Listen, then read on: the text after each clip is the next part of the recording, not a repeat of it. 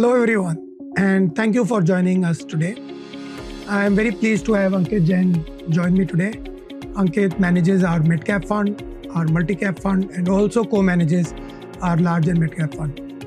First, congratulations, Ankit, to your fund, Mirae Asset Midcap Fund. The baby is now 7 years old. Yeah. So it's been a very interesting journey over the last 7 years, and I'm sure you would like to share some of the learnings that you've had in the midcap fund. Yeah. So maybe can you share how you've seen the last 7 years for this fund? No, absolutely, Vaibhav. If you're looking into last 7 years, as if the extent of events we have seen in last 7 years, it looks like it might have been far longer time. Sure. So we launched in July 2019, then COVID happened immediate next year, and then post that we have seen this geopolitical sort of an issues continuing every now and then. Correct. So extent of volatility has been significantly higher. Right? In that context, I will say this as a segment has actually stood the time very, very well, right? Sure. Midcap as a segment, if you're looking into last, let's say, 7 year, earnings CAGR would have been north of 15% for the segment. Yeah. And this speaks about the entire India story and the way maybe companies has been able to move up the value chain. Correct. You're looking into the overall size universe, that has compounded multifold. Correct. Right. From let's say almost the entire universe has widened 3-4x market cap, balance sheets, cash flow size, and all.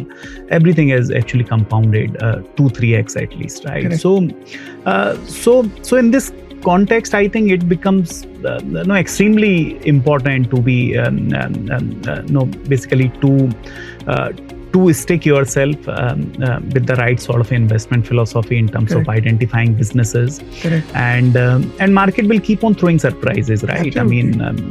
There could be different cycles, and more so in current sort of a times when there is no dearth of volatility news around, but just stick to your basics. Try to identify good businesses. Make sure do not overpay.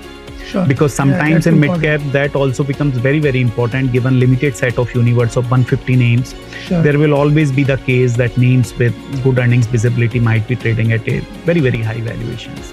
But then idea will remain to have a very well-balanced approach. And that is how we have tried to navigate in last 7 years. Sure. So Ankit, over the last 6-7 years, the mid-cap index itself has changed a lot. So you got a lot of IPO listing. The market cap of the 101st company has changed a lot, maybe 5 times during this entire period. So how have you seen the entire mid-cap index itself changing? Yeah. And how would you say when this entire index itself changes, how would you make changes in your investment process? Absolutely. If you're looking into 7 years back and now, from largest company 28,000 crore has become 1.05 lakh crore as of now, right? So almost 4x jump. So that is one. But even more importantly has been the extent of newer businesses which has come up. Correct. I think those has become incrementally even more and more important part of it. And many of these businesses, whether new age businesses you're looking into in the fintech side, in the insurance side, in the consumer discretionary side, there has been whole host of these new businesses getting added has made universe even much more vibrant. Sure. In terms of your ability to pick and choose these businesses. So construct has changed quite a bit. Sure. And so is our ability also to identify some of these businesses, because to value them with the traditional sort of a mindset might not be able to justify. Correct. So for us also to be able to identify some of these businesses has required some bit of a different mindset in terms of mapping overall opportunity side. Sure. And then what could be the true potential sustainable profitability in actually many of these businesses. So that I will say would have been one very big change when it comes to the evaluation of businesses. Apart from that, it has been same sort of a sectors. Companies might keep on changing here and there. But I think universe now versus 7 years back has changed quite a bit. And Ankit, maybe in the case of mid-cap, especially because you have to invest at least 65% of your portfolio, and the universe is 101 to 250 to make the investment. So how would you define your investment process and thought while selecting stocks, as well as what is your risk process to ensure you don't overpay, you don't over-allocate to companies? Can you highlight? No, you're absolutely right. First, in terms of the universe restriction, yes, 150 name is what you have to pick and choose, at least 65% of your portfolio. So see, I mean, typically how our approach remains that 2/3 of the portfolio always remains in high quality growth oriented businesses and all. And typically you try to size it up, many of those businesses when let's say cycle might not be good, right? Because that is where, I mean, you do get valuation in your favor, right? So that is how typically, I mean, our sort of a style has been. At the same time, you look into 1/3 of the portfolio, try to add through some sort of a value approach, where you do see maybe growth construct might not be strong double digit, growth construct might be single digit, but valuation gap is very, very high. Sure.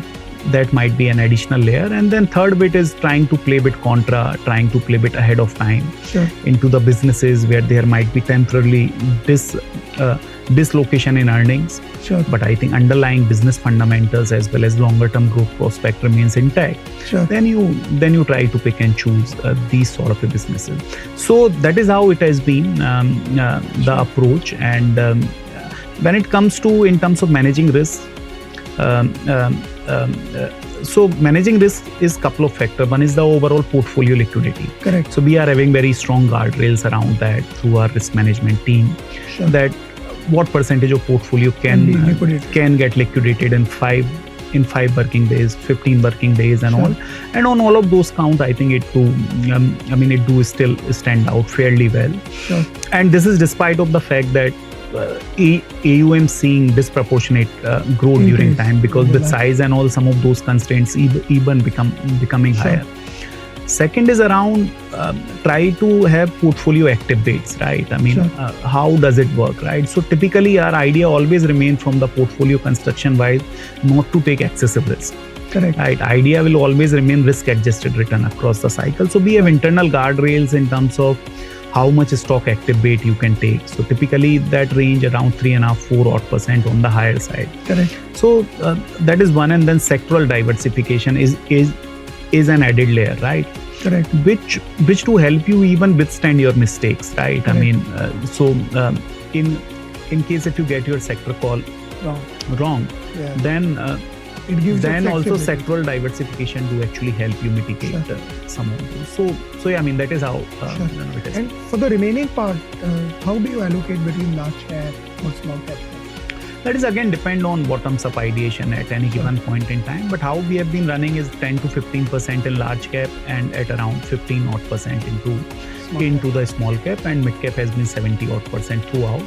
And it is not as if compulsorily we have to invest that much in large cap, that much in small cap. That is again boils down onto the opportunities, right? As I mentioned, let's say financials, if we are positive, and if large cap bank itself are looking much cheaper, so then rather you are better off taking some of those exposures. Similarly, let's say it could also be a function of some of the sectors and all where let's say that sectoral representation might not be in case of mid cap, but might be available, let's say, in case of large cap. So this is a function of one, relative valuation. That is one. And second, in case of additional sectoral exposure which you might want to take, which otherwise might not be there in case of mid cap universe. So some of that thing. Fair. So at this moment, Ankit, which are the sectors you are sort of very positive on, and which sectors do you think you will take an underweight on? Yeah. So sectorally, I think even in the context of mid-cap universe, if you try to look into, again, financials remains key overweight sector, particularly private banks at this point in time.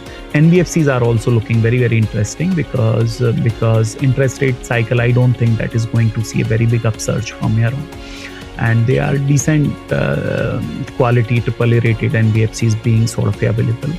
That is another aspect. Insurance is actually another thing which is looking very, very interesting given valuations where they are, and it is a high growth area. Apart Sure. from that, we are positive on pharmaceutical, which includes contract manufacturing, CRO, CDMO part of it. Again, Sure. very, very structural, long-term sort of a growth story. Within infrastructure, at this point, we are positive on cement, metals, Okay. and also logistics Sure. side of it. These are offering decent sort of opportunities at this point. Incrementally, we will be a lot more positive on some of the export stories, Okay.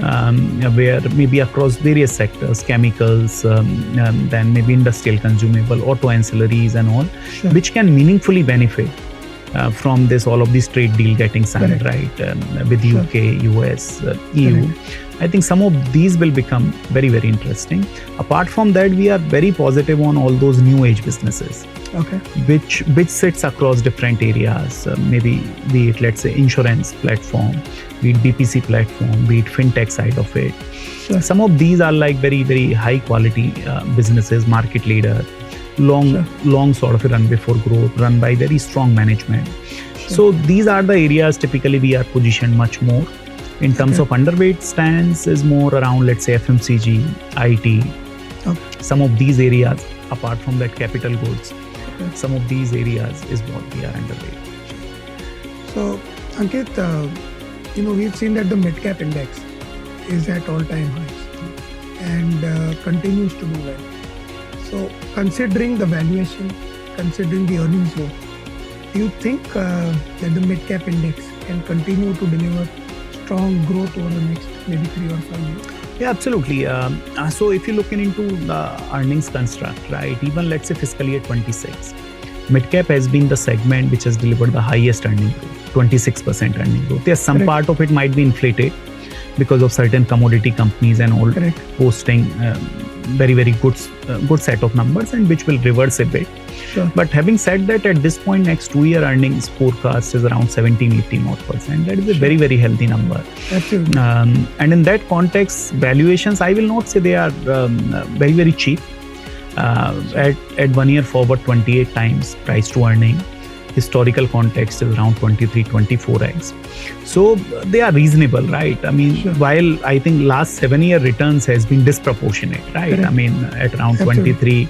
23% CAGR for the underlying benchmark. But then in case if return expectations are realistic from here on, I think earnings compounding will actually definitely play out. Valuations has come off from peak. September 24, 1 year forward was 35x. Correct. Which has come down to 28x. Sure. It has come off, but is still higher than the historical average. But I think earning growth looks strong and Earn- new companies are getting listed. Yeah, earnings growth, and second most importantly is also the entire construct ROI of the index itself has gone up, Sure. because balance sheet has been deleveraged over time, Sure. and with quality of companies are also actually improving, which is also reflecting in higher sort of evaluation multiple versus historical context. Sure. So, Ankit, in this context, how should an investor approaching investing in a mid-cap? What is the time frame that they should look at investing, and how should they invest? No, mid-cap has to be a core portion for actually any investor allocation. Sure. Percentage might vary depending Sure. on to the risk profile, but it has to be a very, very core segment, because this is one segment where the composition of index in itself is such which can definitely take care that earnings compounding remains far higher than any of the other segment of the market, Sure. right? And which has been the case last 10 years and might as well be the case for next 10 years as well. Sure. Right. So in that context, I think with this portion remaining core, maybe depending on to 25-30%, up to 25-30% of the allocation has to be done. And as I mentioned, sometimes if your entry valuations are right, you might ended up making far higher returns. Right. That has to be the approach. At this point, I will say valuations are reasonable.